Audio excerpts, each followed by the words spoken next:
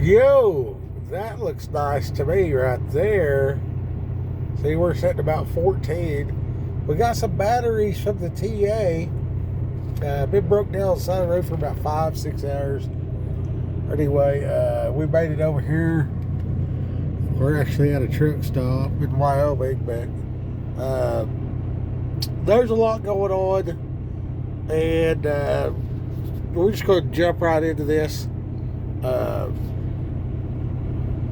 Bible and catastrophe. Okay, so New Testament dealing with catastrophe.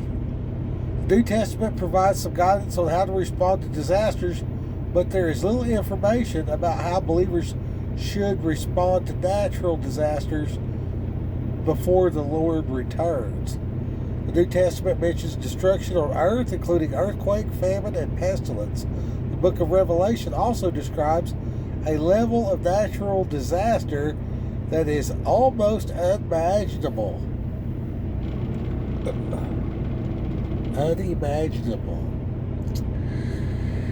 Guidance on responding to disasters. Some Bible passages that provide guidance on responding to disasters include Romans 5, verse 3 through 5.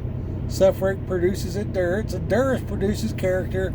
Character produces hope. Psalm 46, 1 and 2. God is our refuge and our strength. We should not fear. Proverbs 3, 5, and 6. Trust in the Lord with all your heart and submit to Him. Here's some other verses that can bring comfort in times of disaster, which include John 16:33, Nehemiah 8:10, Psalm 32, 7 and 8, Joshua 1:9, and 2 Thessalonians 3:16.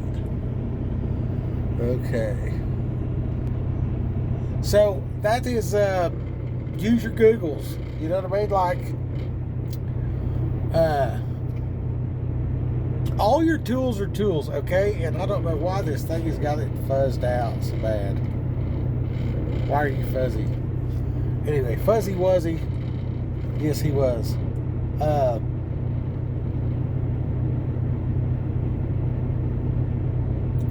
There was a time where I was dealing with things that were very difficult. I remember several times in my life, from whether it was animals passing. You know, some of our earliest that we deal with is the passing of animals, and then there's the it might just be a goldfish, or maybe a dog died, whatever. And that's kind of like the first. I remember Grandpa died. I was real young, and it was so surreal. Like, I knew he died. I went to the funeral and everything else like that. I seen him in the casket, but it really didn't click. And then, like, he wasn't around no more, and it kind of got blocked out. I'm not sure how that works, but like, some things are so traumatic that it gets blocked out. Okay, and then there's like the later on,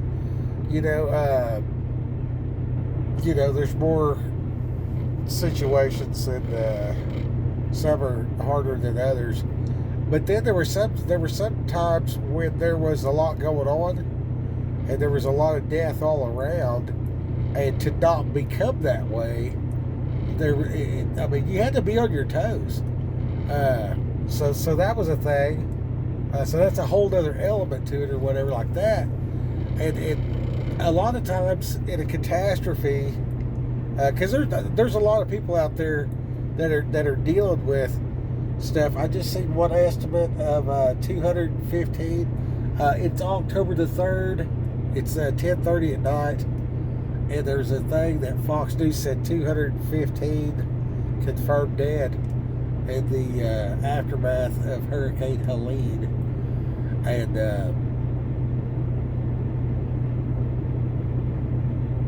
it's some of those people, they've been out. They if the flood come through, now they're just kind of got the clothes on their back and they're in the woods, and it's been enough days now that they might succumb to conditions. You know what I mean? They might have made it through everything and went 4 days or whatever, and at this point is where they start. It's a wrap. So there's families and stuff like that, and then there's like, in some of the flooding we see where the water becomes very polluted, and we even see where even caskets float to the top. Down in Louisiana, they actually they have to prepare for that and keep them in place through various procedures. But you're not expecting it, right? Okay, so like a lot of this stuff, like even the people that are trying to be prepared, you're just never really prepared. I can tell you what the flowers in Hawaii. My wife's been to Hawaii. I have not. She tells me about the beach. She tells me about the flowers. I've seen a flower. I've been to several beaches. I haven't been to the beach in Maui to see flowers. So I don't exactly know what that is.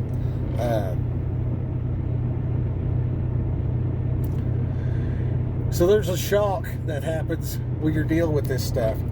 And there is you can consciously say to yourself, I'm going to deal with this later and do what it takes to accomplish the mission. And then I've been like, especially like at car wrecks and stuff like that, or a significant fight, whether that's not so much the sporting events, but kind of like if you're in a boxing match, kind of, but if you're in a shootout, if you're if somebody's like actively 3 people are trying to stab you in a jail cell, if you're jumping on the back of a wild pig and dispatching the pig with a Bowie knife in the woods at night, you know what I mean? These situations or whatever like that can all be a little bit different, but like especially I think about the car wreck because it's probably the most appropriate. So there's multiples casualty.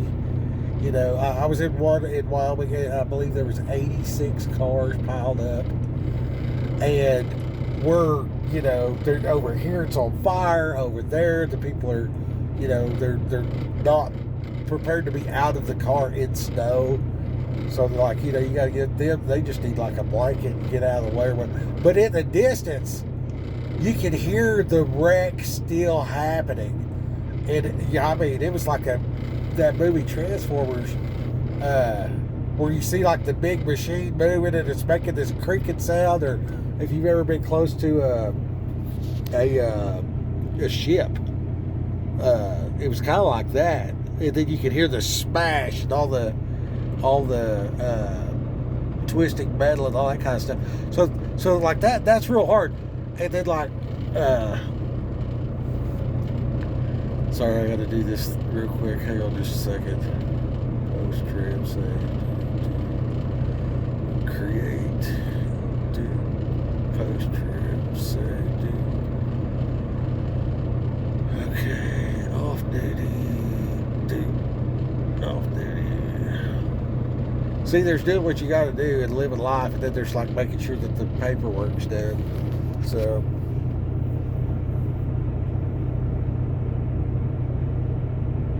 another time I was just driving, and there's like I come around a corner and I could see fire, and it's snowy or whatever like that, and the car had missed the next corner, went down coming up the hill. The road obviously turned, and they kind of just went straight and kind of got off into the thing like this. But the car's on fire, man, and like, getting the door open and getting the people out, you know what I mean? And there's like a people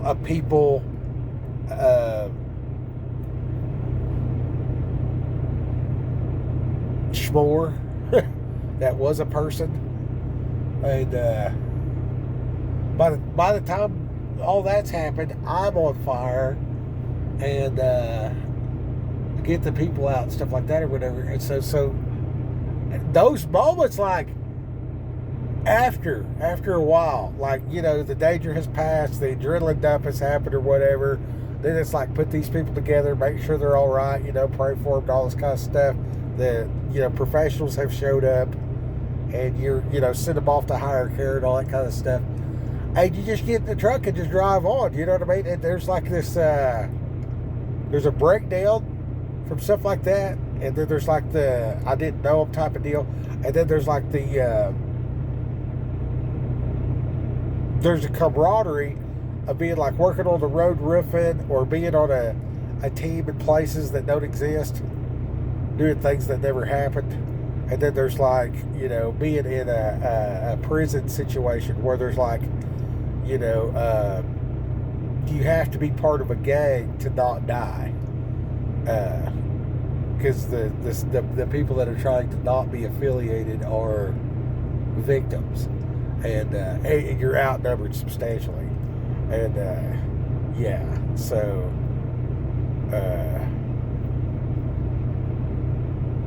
in these various situations, like it'll hit you after. And then like one of the things, I don't want to get into those details any more than that, but later, when you're dealing with it and trying to like not have PTSD and not be suicidal and all this other kind of stuff like that, if you go back into the Bible and you read about King David and stuff, like especially with the soldiers and stuff like that, you can see where the commander says do this, and then you follow orders. So the results of the orders ain't on the soldier, it's on the commander. Okay, now when you got these natural disasters and stuff like that, and you know, here's the guy with the helicopter rescuing people, and then the official says, we're going to arrest you if you go help this other person, which, I mean, is a chicken shittery of epic proportion.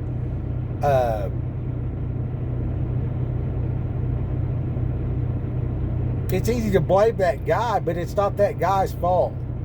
It's not that guy's fault that he threatened to arrest that dude in the helicopter.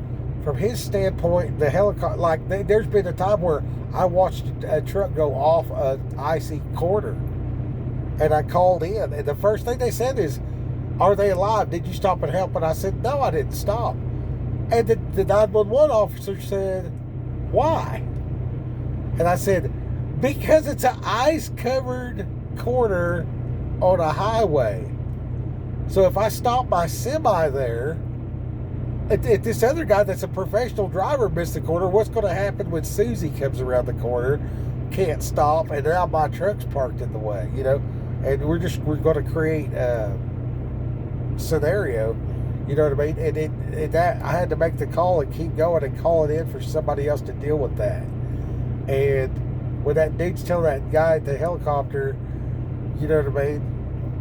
When the guy said, here's the wife, the husband and my co-pilot are over here. This is their location. For being a truck driver, you know what I mean? That's why when I go pick up a load or deliver a load, if the gate is open, I stop the truck in the gate.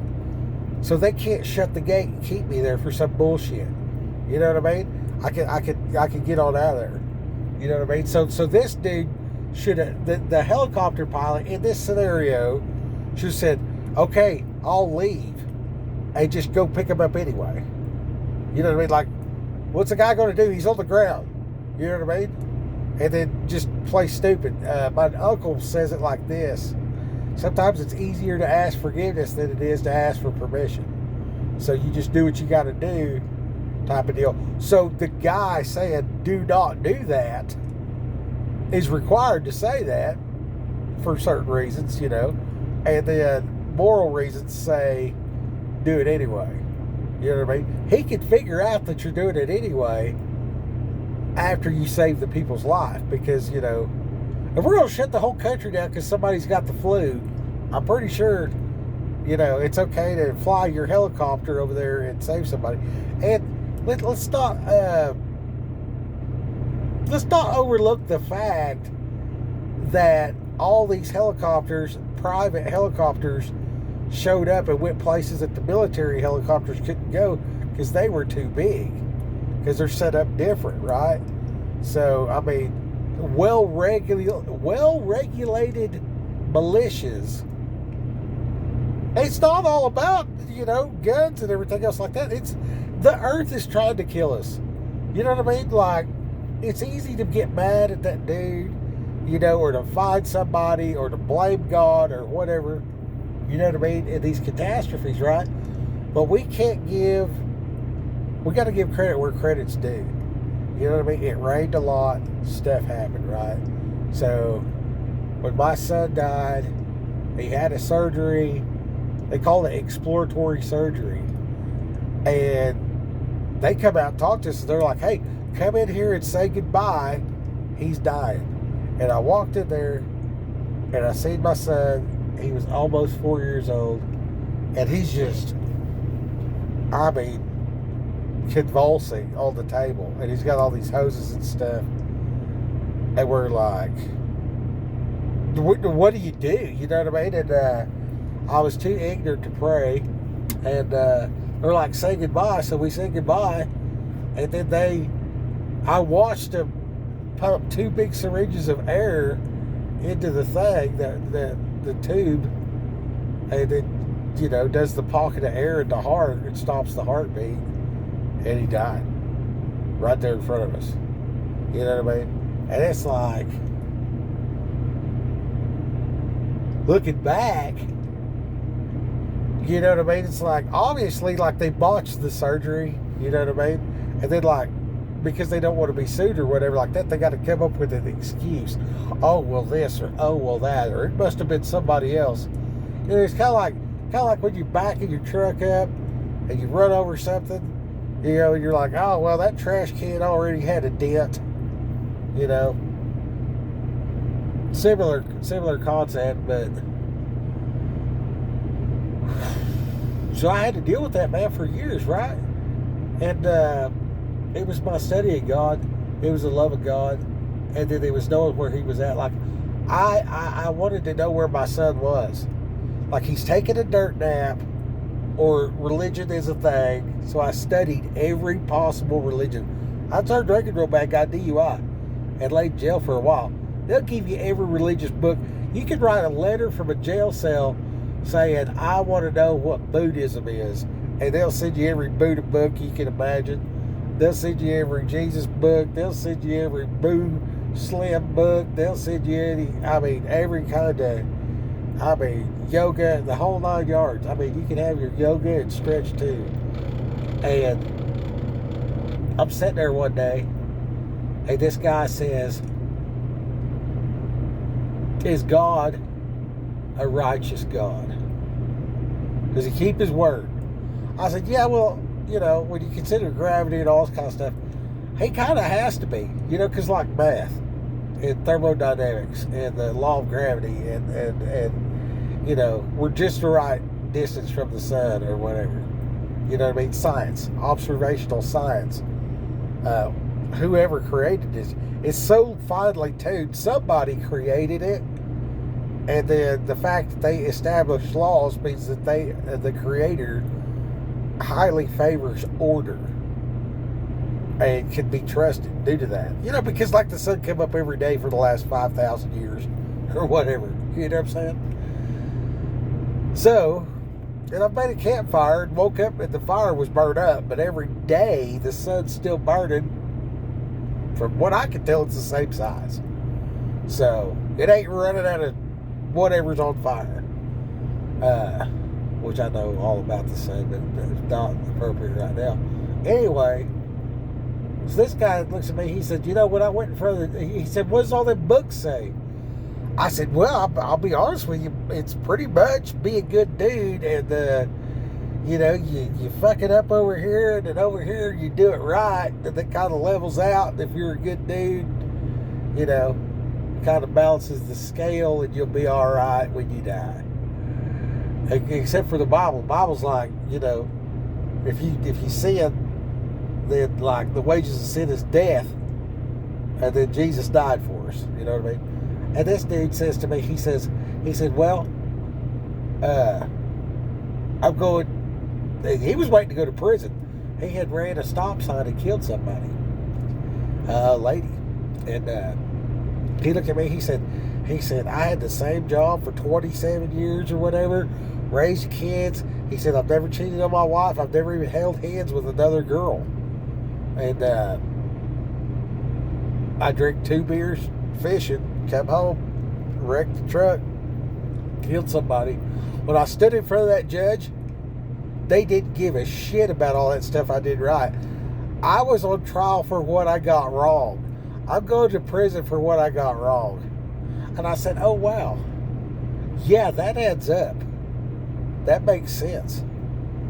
You know what I mean? And then he explained to me that he believed that Jesus died for him and that pretty much paid bail to get out of jail. Like, Jesus is doing the time. So,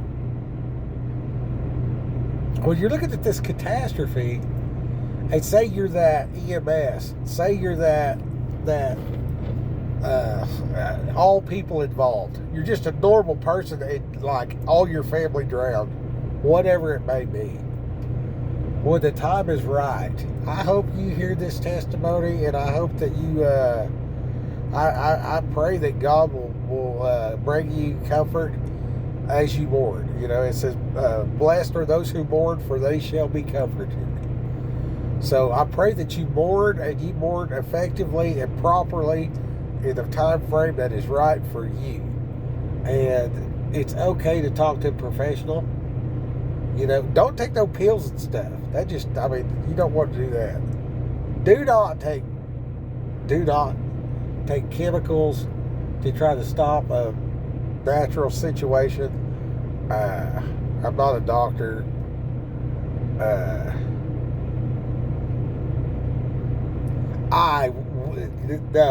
No. So I never took any medicine or anything else like that, but I read the book. Get into that Bible study and stuff like that. Get in there and study that Bible, and you'll see a greater good that comes through these people that go through this situation time after time after time after time. We'll see these things play it out. And then, like, in my own life, with all my tragedy, when I moved to Texas, my wife has lived a relatively sheltered life. Now, it's not perfect or anything else like that, but the suburbs and the wilderness are not the same. And if the hardest thing you ever been through is just off the chart, and then someone else, the hardest thing they've been through is, getting fired, that's still the hardest thing they've ever been through. Okay, so you take all that in consideration, and now all those different type of people are going to be in that area, and everybody washed away and died. There's all types of horrific things going on all around, and there's going to be this need for the love of God. And a lot of people are going to be mad, and they're going to say, why, God, why? And I don't have those answers. I know that if my son had not died and I had not suffered, I would not have read the way I have read. I would have not helped these, 18,000 people. I would not have sung songs. I would not be married. I actually would not be alive right now. You know what I mean? So do not unalive yourself. Don't do it. You owe it to your kinfolk, and you owe it to your community to soldier on. You don't have that. That is not an option. You do not have that option. You have a purpose here. We need you. We love you. You are our kinfolk. We know that they're waiting on us over yonder. So it's our job to get right with Jesus so we can be there. And if you don't know if they're right with Jesus or whatever like that, figure out what it is to begin with. But, you know, I've prayed and I said, God, help me with what I'm doing right now. God, help me pay my mortgage for the next 12 years. Okay, that's the future. Well, I don't think my mom's ever been to a church house. And I was in jail, and they said that she was in the hospital dying. I got the phone call or whatever like that. And I prayed. And I didn't know what I did. I just thought, oh shit, she's going to hell.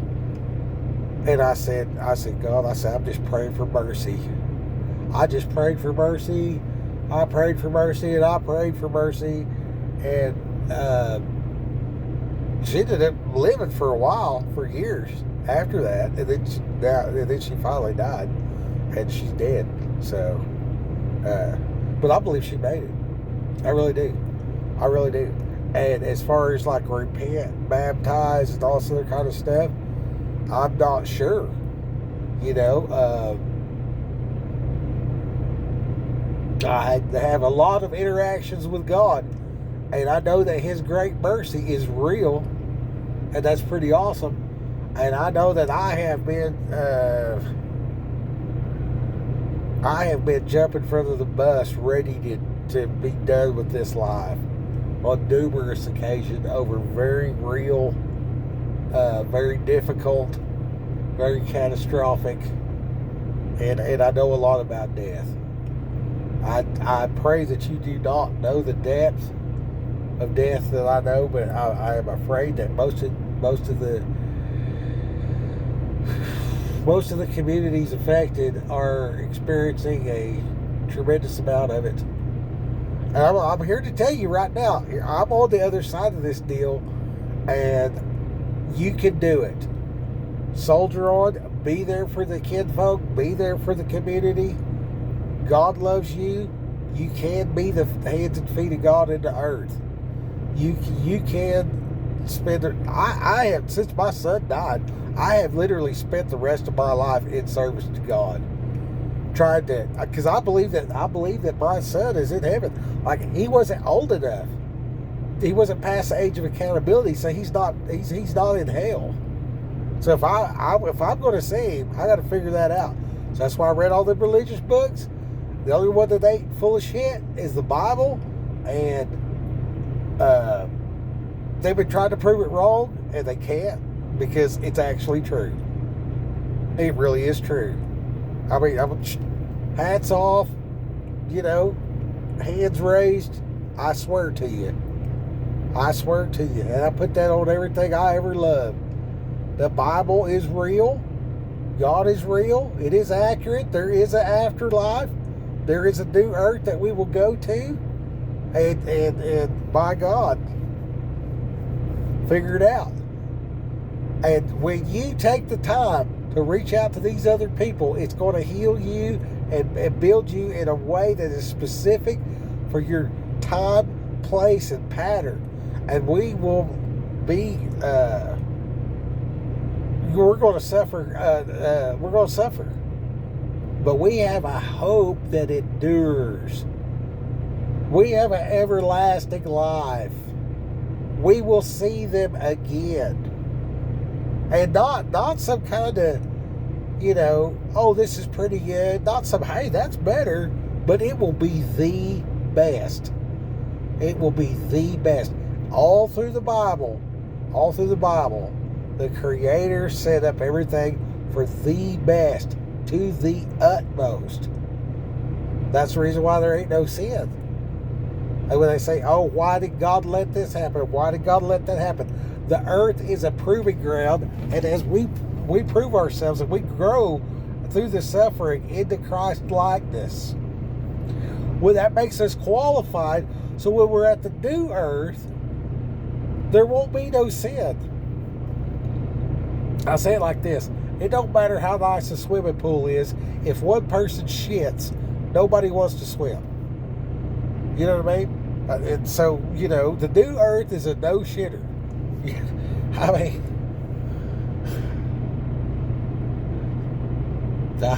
I hope that's funny.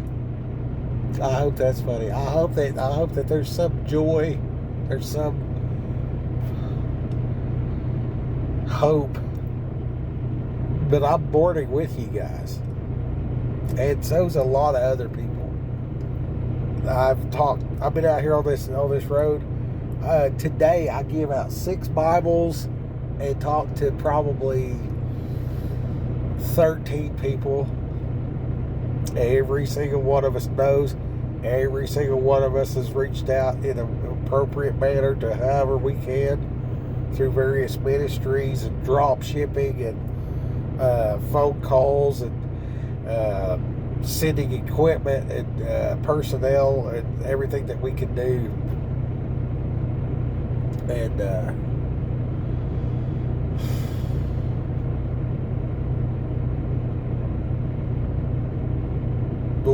we pray and we cry and we mourn for you, kinfolk. And you're going to get through this. It's a bump in the road. It's significant. I'm not going to downplay it. But I have been through hardships, and I am alive. And the Lord has worked through me in ways that if I had not had the hardship, there's no way. Like, I'm reaching out right now. And I don't deserve it.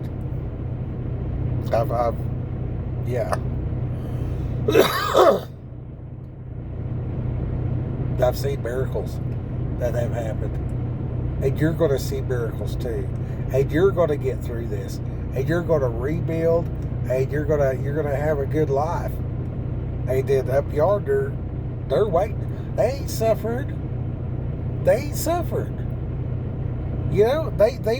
it. They made it.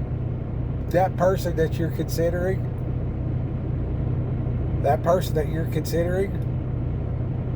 maybe didn't make it. You're not sure. Pray for mercy. If I can pray into the future, I can pray into the past. One time I was praying, and I was like, because I was reading that Bible or whatever, and it said that Paul was stranded or whatever, shipwrecked. Because I flipped it through there or whatever, and I thought about that, and I got up, got some drink or something. Anyway, when I come back, the page had flopped. Sometimes, the book will relax and the page move. And I looked down at where it was at, because it's about 3 or 4 pages over. But the prayer was, I was like, Lord, have mercy on Paul when he was out there shipwrecked. I was like, give him a nice, piece of wood to float on, and let a fish just jump right in his mouth. You know what I mean?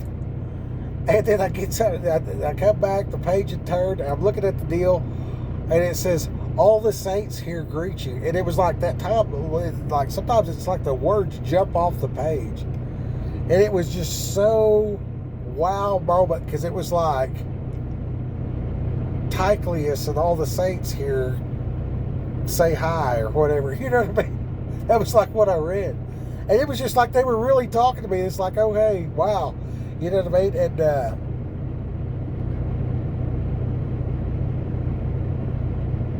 if you don't know where your family's at, like physically or just spiritually or whatever else like that, now, today, right now, start praying. Right now, start praying. I started out, all I did was Google a little old thing. It ain't no big deal. You get a topic. What does God think about this? What does the Bible say about XYZ? And find the scriptures, go back and read it. You know what I mean? The cross references. And then, like if it says, this little section, start up here and start reading all of that. Then you got your section and read all the stuff down past it. And then a lot of Bibles in the center They'll have cross references. And a lot of Bible apps will have cross references and stuff like that. And watch for what jumps off the page at you. If you seek God, He will make Himself available. I know from experience. I know from reading the Word. I know from testimony of other people. If you seek out something to do with God and you're genuine, you'll figure it out. And sometimes He'll play hard to get. Because it's a relationship, you know what I mean? And then, like, if I do everything that I was going to have to do for the next 10 years, it'd be too much. I'd run from it. You know? I mean, think about the last 10 years of your life.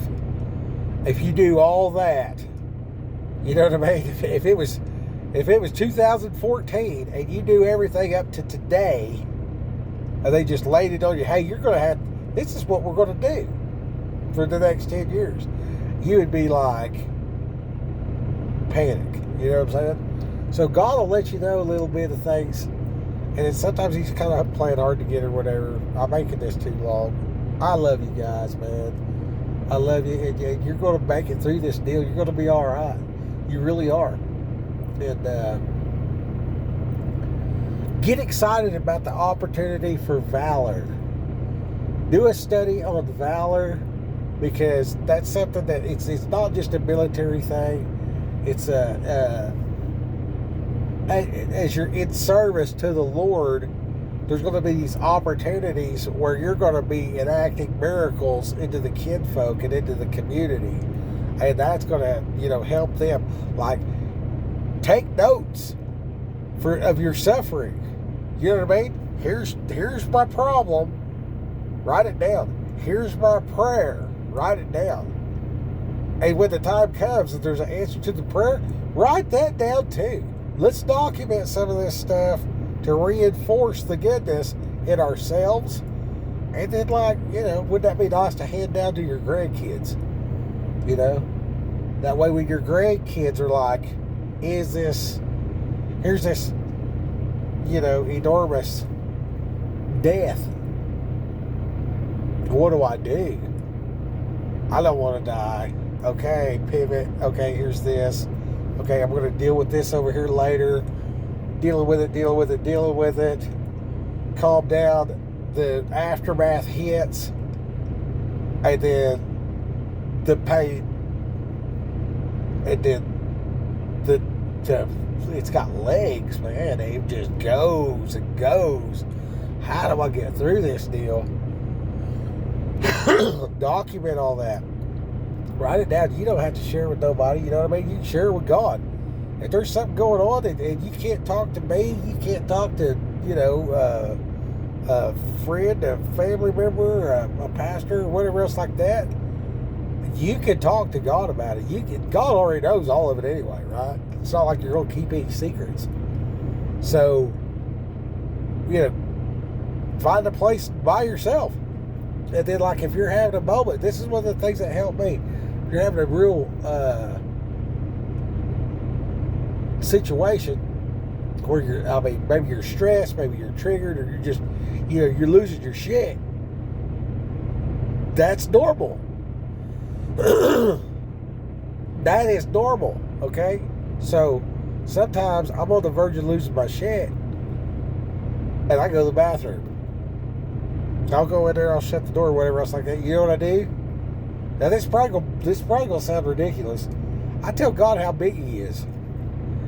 I'm like, oh shit, whatever. You know what I mean?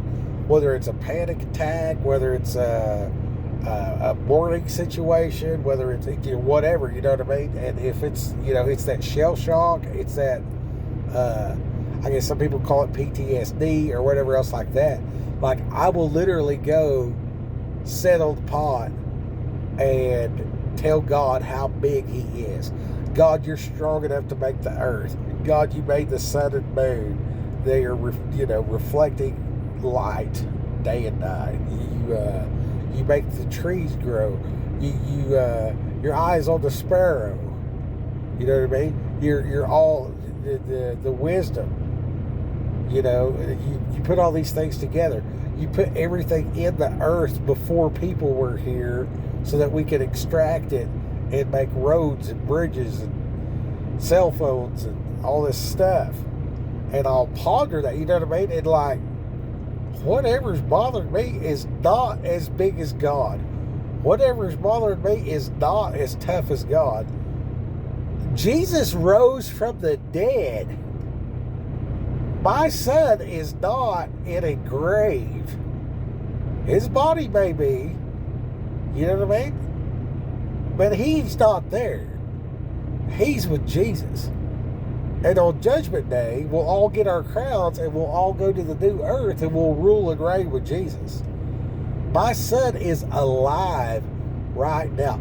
Jesus got up. He got up.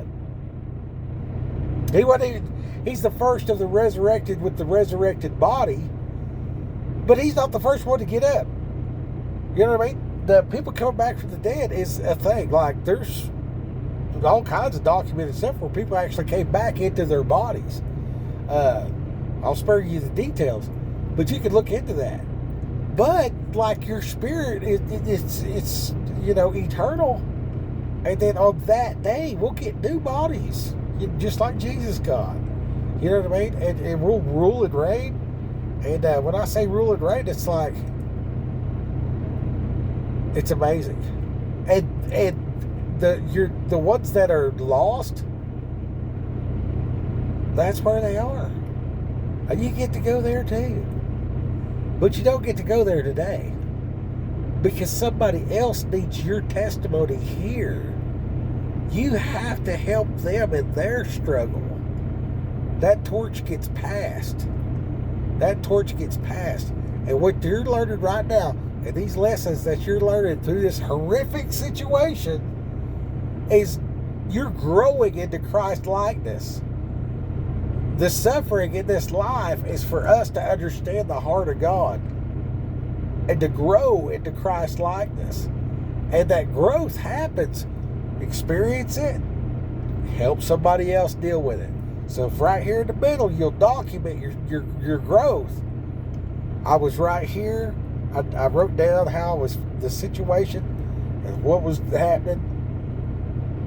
And then right here, and I wrote down my prayer.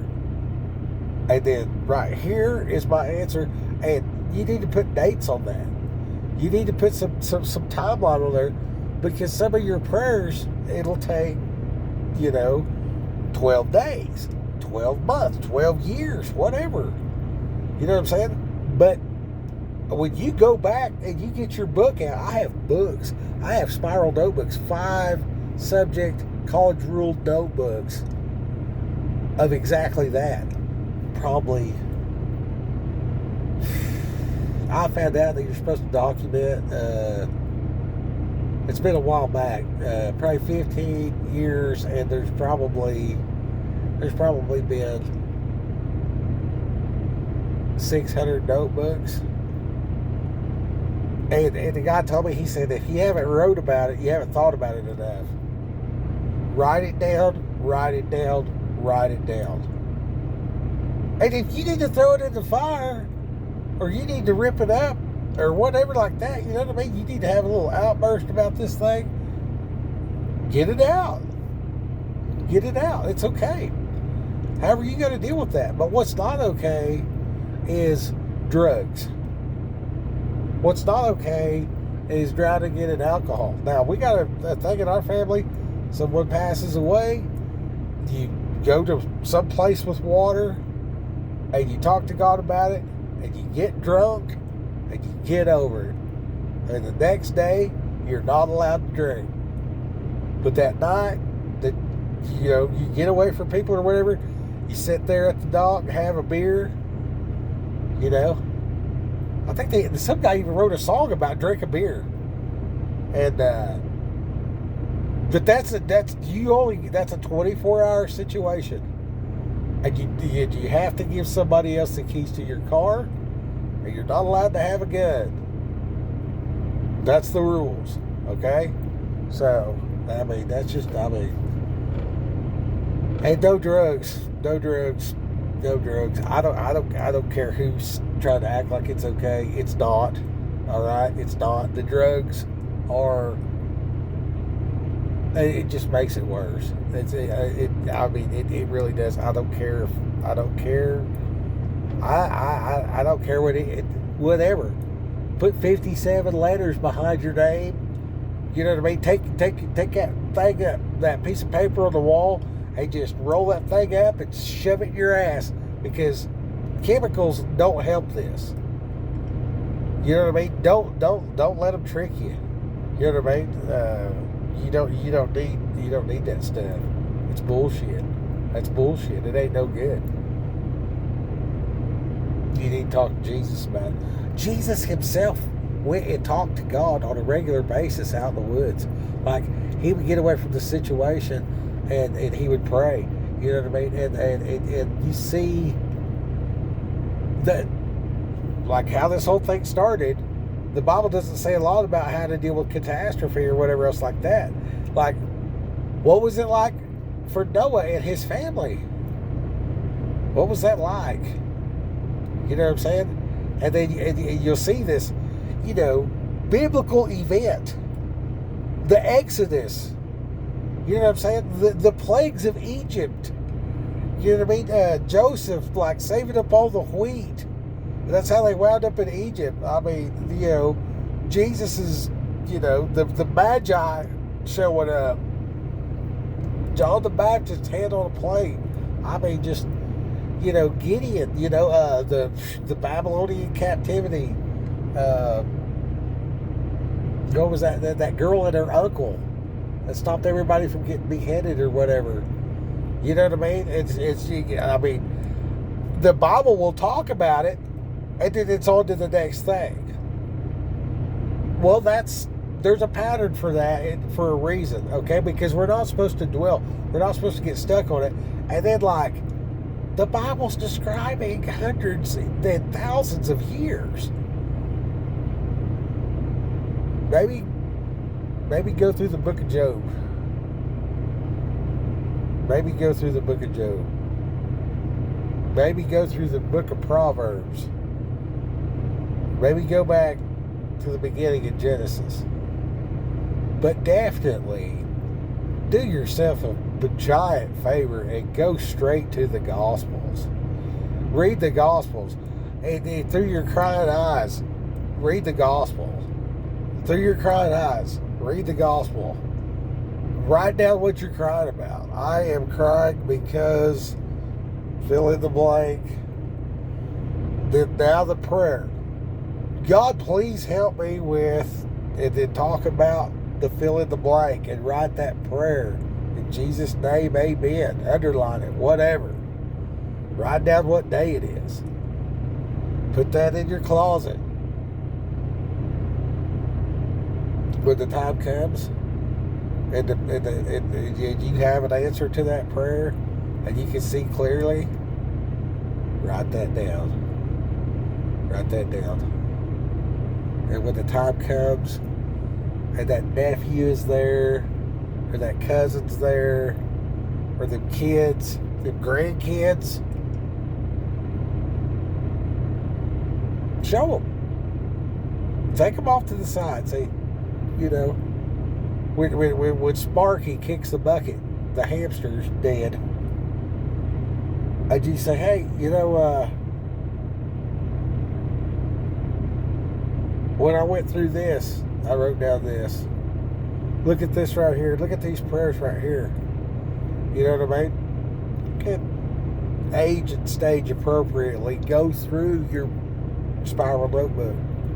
Go through that thing and write down and talk to him about it. Say, look, here's what I was going through right here. Here's what I prayed about. Here's the answer to the prayer. Look at how it was this far apart. Now look at this one over here. Oh, here's one. Flip 12 pages. Look how I was writing the prayer, and the answer came before I could finish writing it down. You see how it says 4 seconds? Because I was on the third word of the prayer, and I wrote down the answer. Then I went back and wrote the rest of the prayer. So some of it comes instantly. Some of it takes a long time. Some of it's suddenly. You know?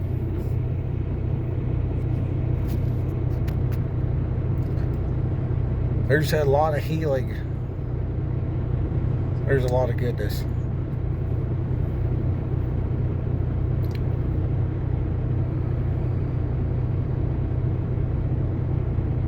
Do not waste your suffering. You're paying such a high price. Aggressively wait for your answer.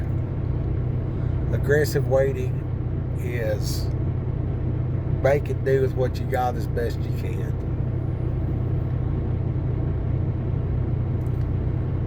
I love you.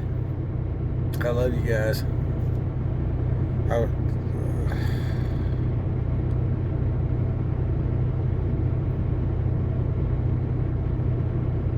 Making this video for y'all is a part of some answered prayer for me. You know, so thank you for watching this deal. And we're all in this thing together, and nobody's getting out alive.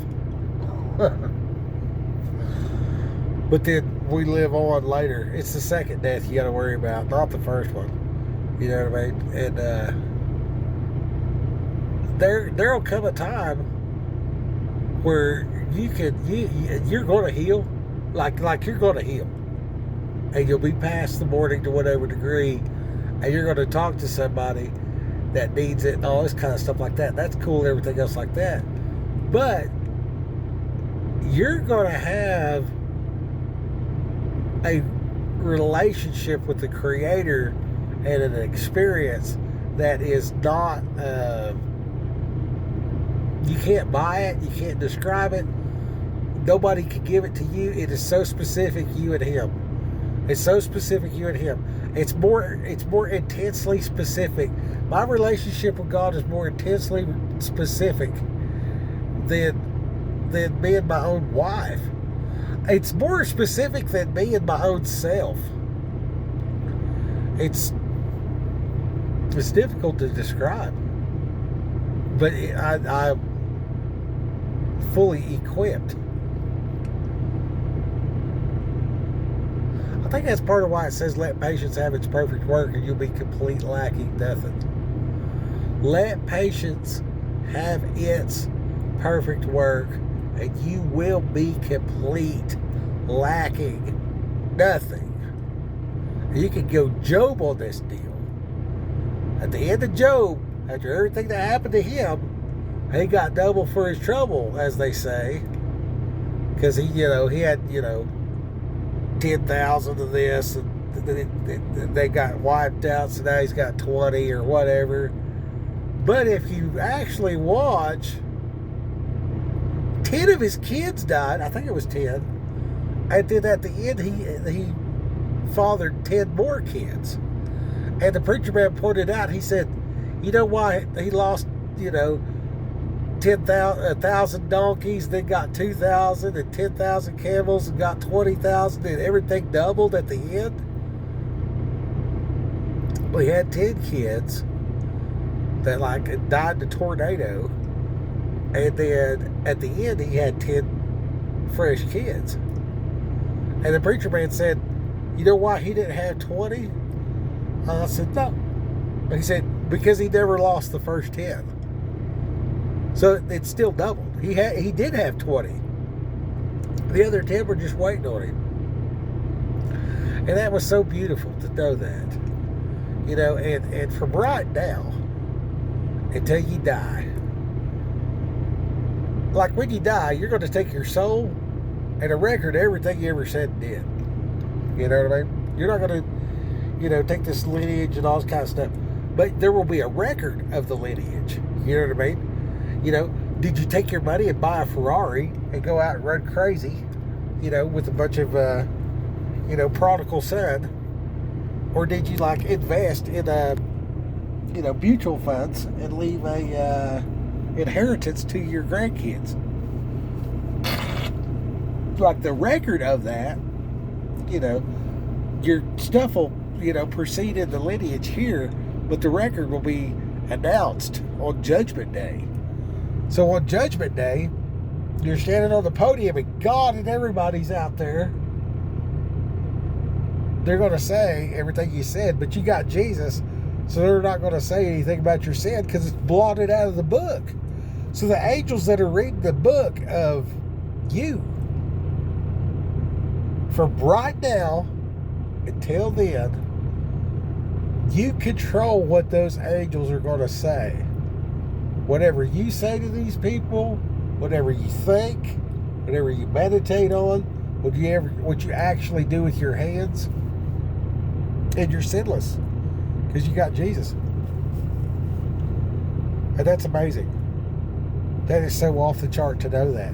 So that is self-control.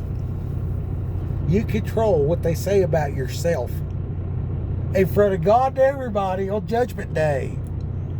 You know what I'm saying?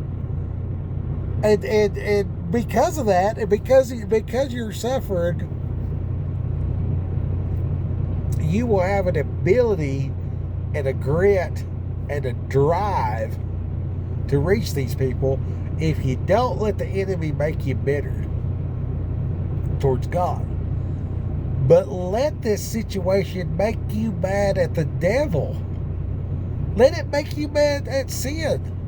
I'm not tempted to sin if I know it's hurting my people. You know, there's no temptation there. I know what death is now. I realize that this house can just wash away. All my stuff is gone. And my family was in it when it went. Now they're waiting for me in the yonder, and I'm, by God, going to yonder to meet up with them. That's what's happening. But I don't get no off myself to get there.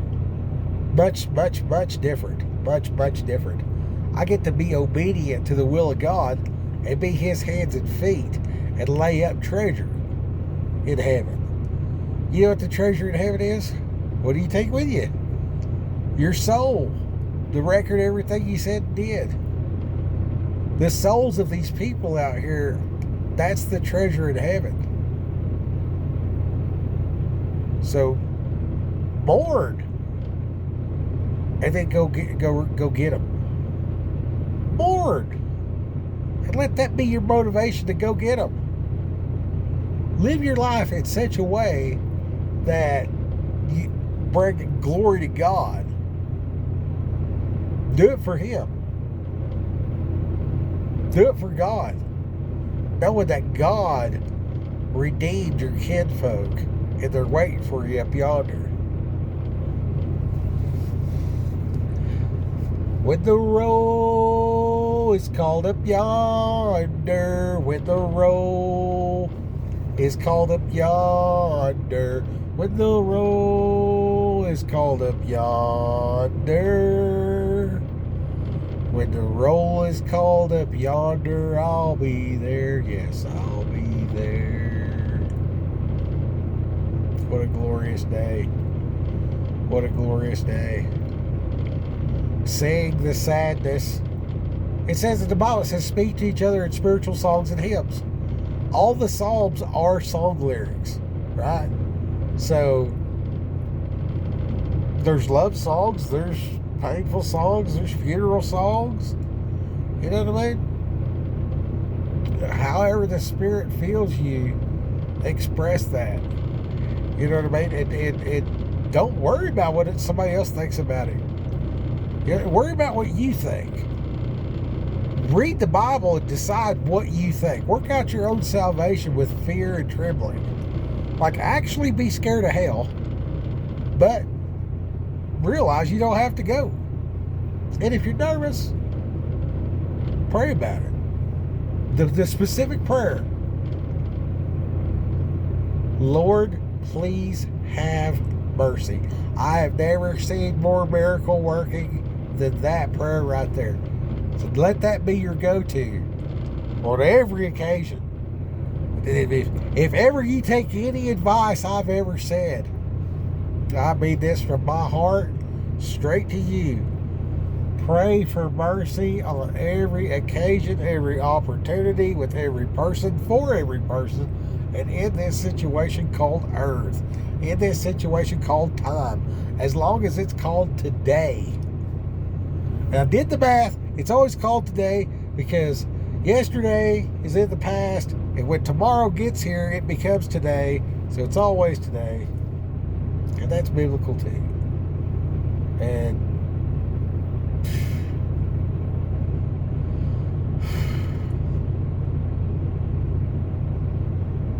you're going to make it. Don't give up. Just keep going no matter what. Just keep going no matter what. Go like this. If you got to get pissed off, get pissed off. But be mad at sin and death. Don't be mad at God. Don't be mad at God. God, they say that I hear people say God called him home, or he went to be with the Lord and stuff like that. And that causes a struggle because we miss our people. But when we realize that they're not suffering, it's like when you pass, it's like a deep sleep. You go to sleep and it's like 10 o'clock and you wake up and it's like 7 o'clock in the morning and you're like, wow. You know what I mean? Like, it did like, that happens all week long. And then for whatever reason, you have to stay up all night. And you're like, wow, nighttime is really long. At some point, I remember as a kid, I stayed up till midnight for New Year's, and I said, no wonder everybody's drunk, because this is the stupidest thing ever. You'd have to be drunk to enjoy this. And another time I stayed up all night just to see if I could, and it was such a difficulty. It seemed so long. Well, when you pass away, it's like you're asleep. You go to sleep, you wake up, it's Judgment Day. Because Judgment Day only happens one time. Right? He judges the whole world in one day. And, yeah. So, like, your great-great-grandpa went to sleep, and then now your kinfolk, your mourning, just now went to sleep, and then way on down the road, you're going to go to sleep, but you're all going to wake up at the same time. It's like you just went to sleep, woke up, went to sleep, woke up. That's yeah. So I mean, that's the way it is. That's biblical. That's really what it says. And then, like, you don't have no sin because you got Jesus' atonement, right? You're washed in the blood. So yeah, your sins cast as far as the east is from the west.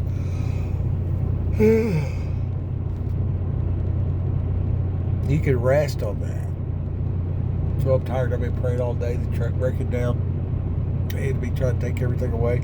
They took this channel down, wiped out 472 videos, and it just came back. It just came back. They're trying to, try to help you guys. All right, Rock Hill. Go get them.